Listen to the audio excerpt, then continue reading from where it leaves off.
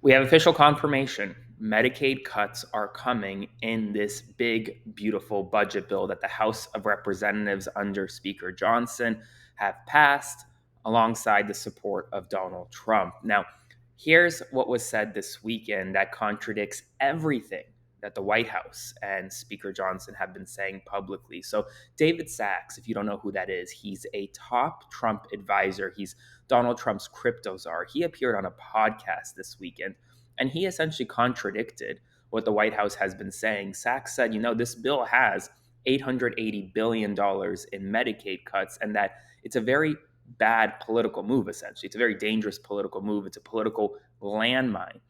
And that contradicts everything that Speaker Johnson and Donald Trump and Caroline Leavitt, this White House, has been saying all along, that we're not getting any cuts to Medicaid. We're not getting any cuts to Medicaid. But despite that, Donald Trump's chief crypto advisor, a top Trump official, is admitting that, we actually are.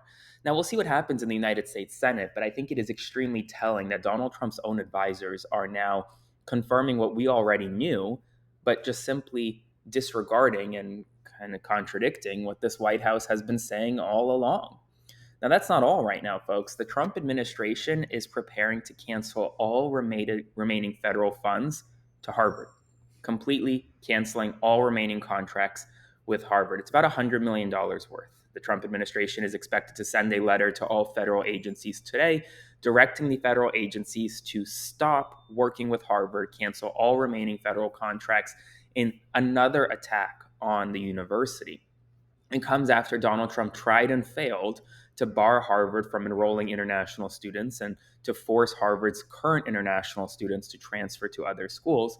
And we'll see if this holds up in court as well. Now, if there's anything I learned from Legally Blonde is that you don't really want to go after Harvard's lawyers. So we'll see what happens there, whether or not Harvard is successful in court, which will ultimately play out over the next several weeks. Now, before I continue, a lot of folks have asked, well, how can you support my work? The easiest way to do so, click the button below, become a paid subscriber to my Substack today, or consider sending a one-time donation via Venmo to Aaron, Aaron, Parnas, Parnas.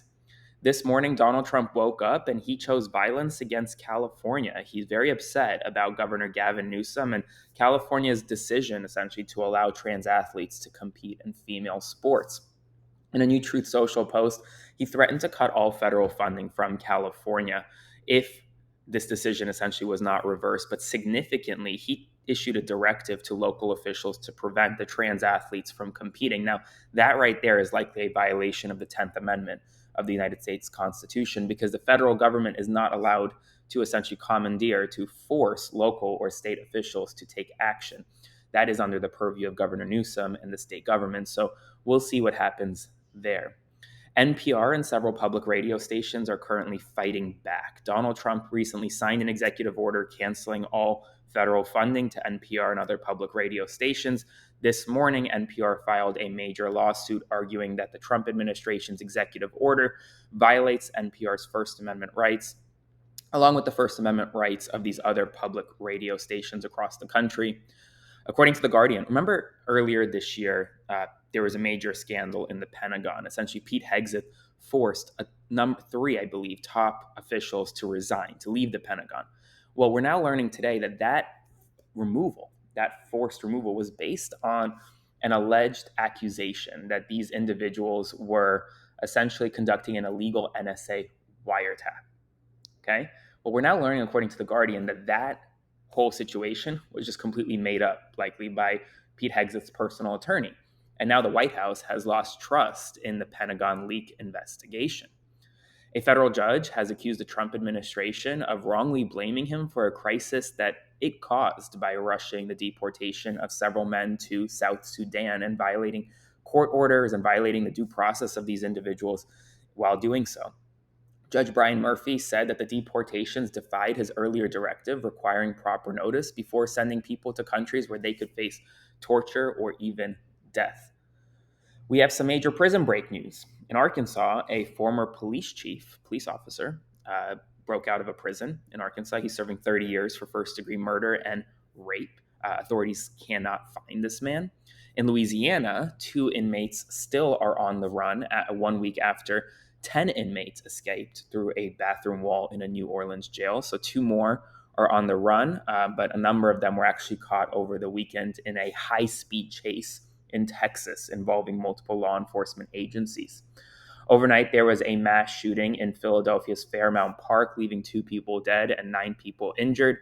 The victims, including an adult man and woman who were killed, and 3 teenagers aged 15, 16, and 17 who were among the wounded. Authorities are currently investigating the incident.